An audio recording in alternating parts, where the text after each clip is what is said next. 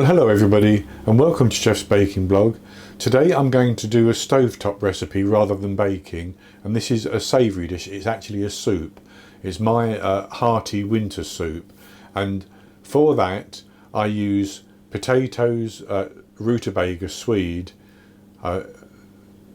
leeks, carrots, onions and a dry soup mix which has in it pearl barley, haricot beans, 2 types of pea and red lentils, and altogether they make a really nice vegetable soup.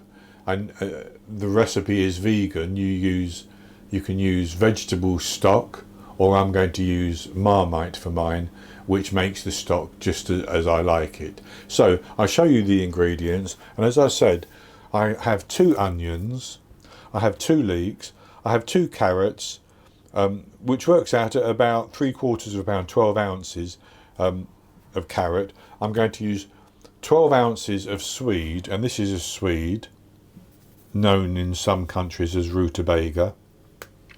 That's very, very tough to cut. It's very hard, but it cooks down and gives a lovely flavour. As I said, I'm using Marmite, 30 millilitres of Marmite for my soup, which is 2 tablespoons. That added to 2 litres of water makes a great stock, but if you don't have Marmite you can use vegetable stock.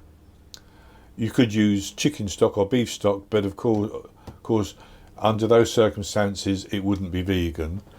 I'm using a tablespoon, 15 millilitres of Worcester sauce.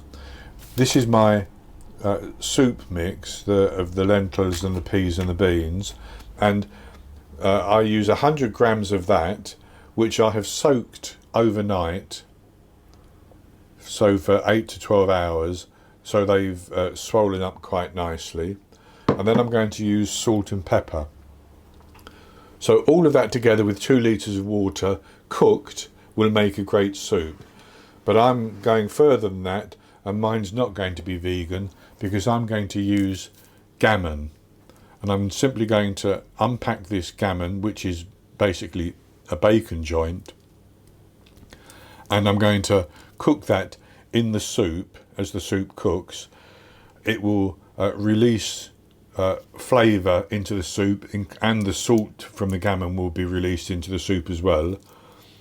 And then when this comes out, it will be perfect to serve as slices of ham or to have as a meal separately. You could also chop some of it up and leave it in the soup if you wanted to afterwards.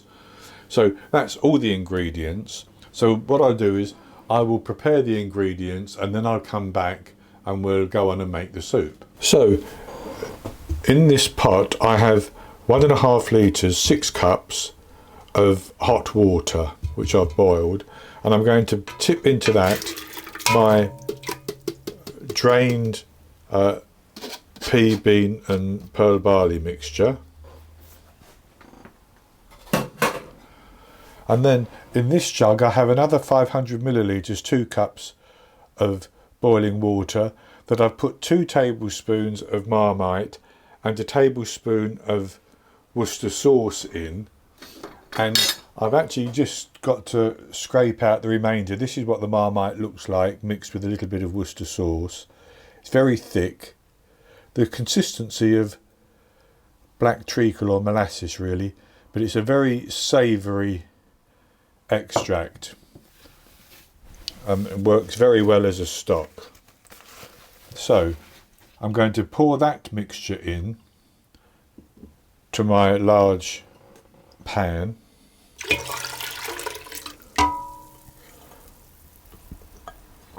And that's good.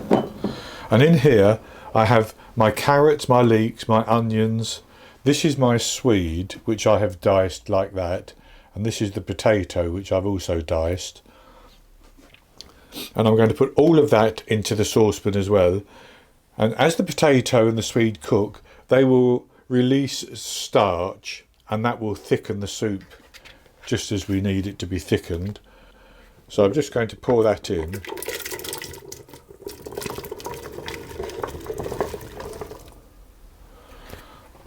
So I've got all of the vegetables in there now, and I'll just stir them around.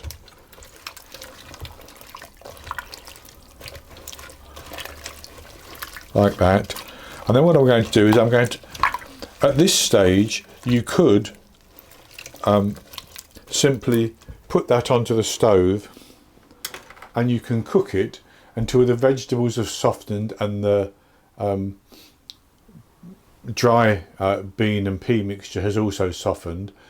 You could add salt and pepper at that stage, and that would be your soup. That would take 45 minutes to an hour, hour and a half.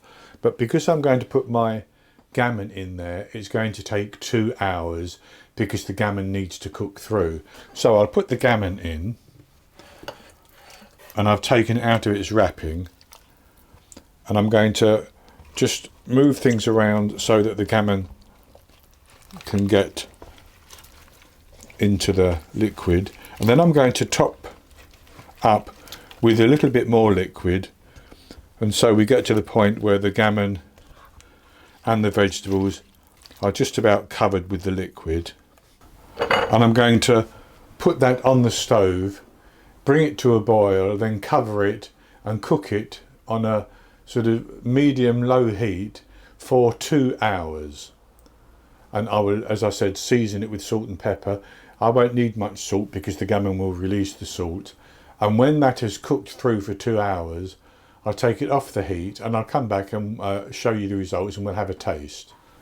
So I cooked the soup for 2 hours, and I seasoned it. I tasted the soup, and I seasoned it with some pepper and just a little bit of salt.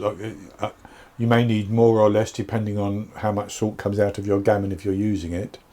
If you're not using gammon, just doing a vegan version, then you will need to put some salt in for sure. But again, that can depend on how much salt there is in any broth that you might use, any stock that you might use. So this is what the soup looks like, and I've put some into a bowl here, and I've sliced some of the gammon or the ham and put that on the plate as well. So it looks very, very good, and I can see the carrot.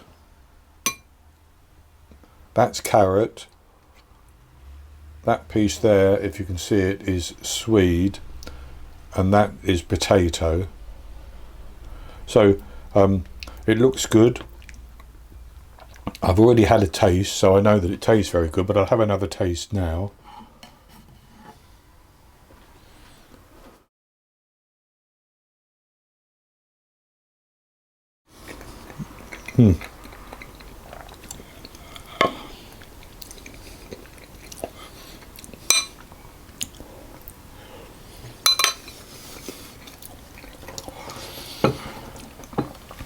It tastes very, very good indeed.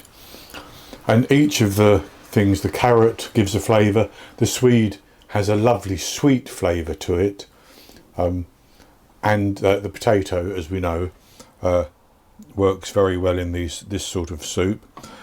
The pulses, the beans and the peas and the lentils and such like, and the pearl barley have cooked nicely as well, and they've softened, and the pearl barley has swelled up a little bit, as it would do.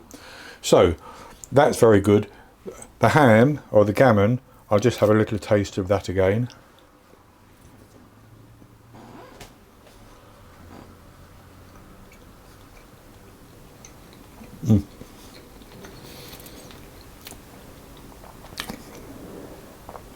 It's so much better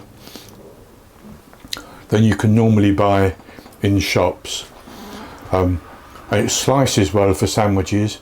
You can slice it slightly thicker and have it as a main course with vegetables and such like, if you wanted to.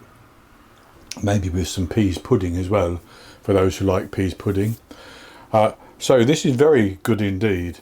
It's going to be perfect for my lunches in the coming week. So I hope you've enjoyed the recipe, and remember, you can do the vegan version without the gammon, or you can do the one with the gammon as well, and both will work perfectly fine.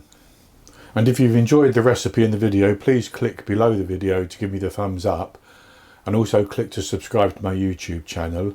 In the top right hand corner of the screen there will be an eye that you can click on, and that will take you to a link for the recipe, and I'll put a link below the video as well, and I'll be back with another recipe in the very near future. So until then, happy baking.